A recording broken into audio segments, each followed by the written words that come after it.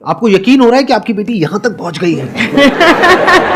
वो एक शो में आता है ना, मैं कौन सा शो, मैं अपने मुंह से नहीं बोलना चाहता था। मतलब इंडिया के सबसे बड़े शो में इस वक्त यहाँ पर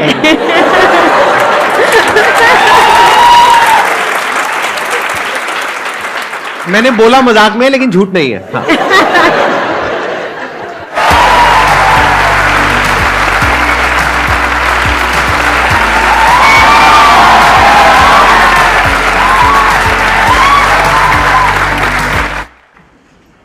आई am falling short of words to express that feeling कि कितने सालों से मतलब आपको देखते हैं वीडियोस में and you know motivating so many people and I could feel that aura while I was on the back stage.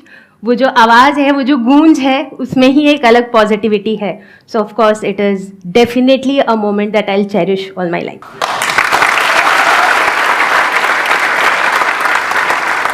ये टीचिंग लाइन में आप क्यों आए और कैसे आए? अगर ये कहानी मैं शुरू करूँ तो मैं अपने बचपन में चली जाऊंगी।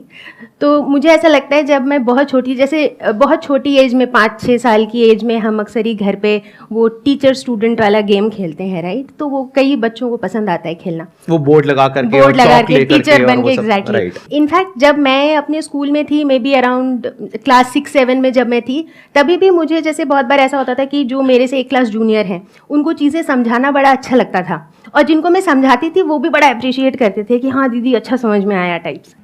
जब मैंने अपनी पढ़ाई ख़त्म की यहाँ पर, उसके बाद मेरी प्लेसमेंट हो गई तो मैं आईटी इंडस्ट्री में जॉब करने लगी। मैं विप्रो में काम की हुई हूँ, फिर मैं HP ह्यूलेट पकार्ड में मैंने जॉब किया है एज अ क्वालिटी एनालिस्ट। मैं वहाँ पे अच्छा कर रही थी, बट डीप डाउन ना मैं पढ़ाना ही चाहती थी, ठीक है? तो मैं सोची कि क्या करूं। कभी सोचा कि ये जॉब छोड़ के स्कूल की टीचिंग जॉब ले लेते हैं, बट चूंकि मैं उस समय आईटी में थी ना, तो तब यूट्यूब पे टीचिंग का तो इतना था ही नहीं, क्योंकि 2011 मतलब उस समय इंडिया में लर्निंग कंटेंट थे ही नहीं। जिस तरह से लर्निंग कंटेंट नहीं था, उसी तरह से पढ़ने वाले बच्चे भी कम थे यूट्यूब पे, क्योंकि उस समय यूट्यूब पे बहुत ज़्यादा बच्चे पढ़ने आते भी नहीं थे। बट चूंकि उस दौरान मैं यूट्यूब का यूज़ करती थी, जैसे ऐसे म्यूज़िक, एंटरटेनमेंट, यही चीज़ों के लिए यूज़ होता था, तो तभी मुझे ये आइडिया आया था कि यूट्यूब पे करके देखते हैं। मैंने कुछ वीडियोस डाली, 2-4 व्यूज़ आने लगे कुछ 2-4 हफ्तों में, और उसमें से एक बच्चे ने लिखा था कि ma'am what you could explain in 10 minutes my teacher could not do in a week.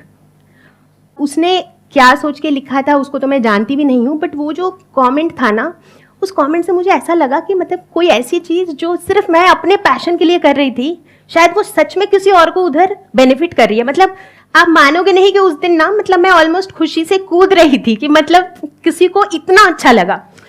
Very honestly speaking, that is when I very strongly decided that I wanted to build a free education platform. तो ये बात है 2011 की ही, और उस समय मैं already थोड़े वीडियोस बनाना शुरू कर चुकी थी, और साथ साथ में आप अपनी जॉब भी कर रहे थे। हाँ, साथ में मैं जॉब कर रही थी। तो मैं सुबह 4 बजे उठती थी वीडियोस बनाने के लिए। तो वो अपने आप में जो है ना, एक अलग जोश था, एक अलग जज्बा था। शुरू हुए 2011 में, बनते रहे। 2014 में मैंने डिसाइड किया कि मुझे जॉब छोड़नी है, मुझे फुल टाइम करना है, ताकि मैं और ज़्यादा बना सकूं।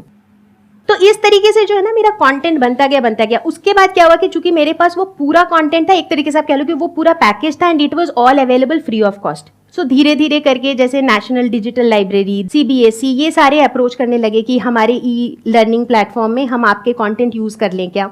फिर धीरे धीरे करके बहुत सारे NGOs अप्रोच करने लगे कि हम अपने NGOs में आपके कंटेंट यूज़ कर लें क्या।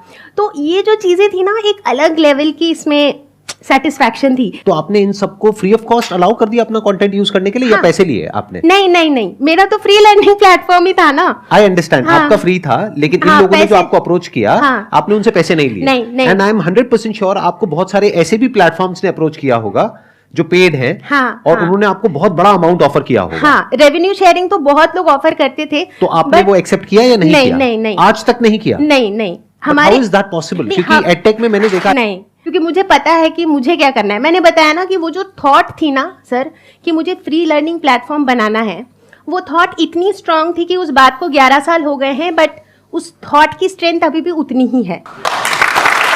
ये जो 11 साल थे ना, ये 11 साल ऐसा नहीं था मेरा, ऐसा नहीं था, या ऐसा भी नहीं था। ये जो 11 साल है ना, वो कुछ ऐसा था, फिर ऐसा था। तो मैं चाहूंगी वो वाला पार्ट भी शेयर करना, शायद बहुत से लोगों को उससे भी कुछ जानने को मिले, कुछ सीखने को मिले। क्योंकि जब कभी भी ये वाला पार्ट आता है ना, तो अक्सर ही इस पार्ट के बाद हम इधर ही चले जाते हैं। बहुत बार ऐसा होता है बहुतों के साथ। We need to be the strongest. जब हमको ये सोचना है कि व्हाट नेक्स्ट, मतलब मैं आज तो कुछ नहीं कर पा रही हूँ for whatever reason, but मुझे आगे क्या करना है।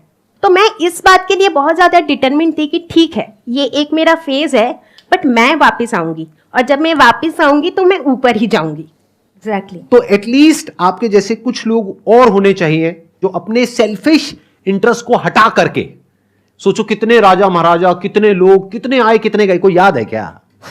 बट आज इन्होंने जो शेयर किया है यहां पर, आई मस्ट से दैट के you will be remembered for ever.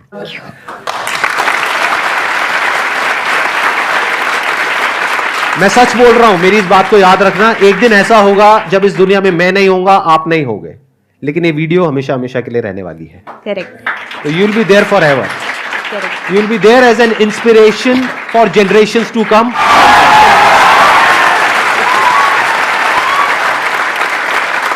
Thank you so much for coming यहाँ पर आकर थैंक के यू सो अपनी much story for share। Inviting me. मतलब द संदीप महेश्वरी ही मैं कहूंगी, से मिलना ही अपने आप में एक एक्सपीरियंस है, and I got that experience today. Thank you so much. Thank you so much.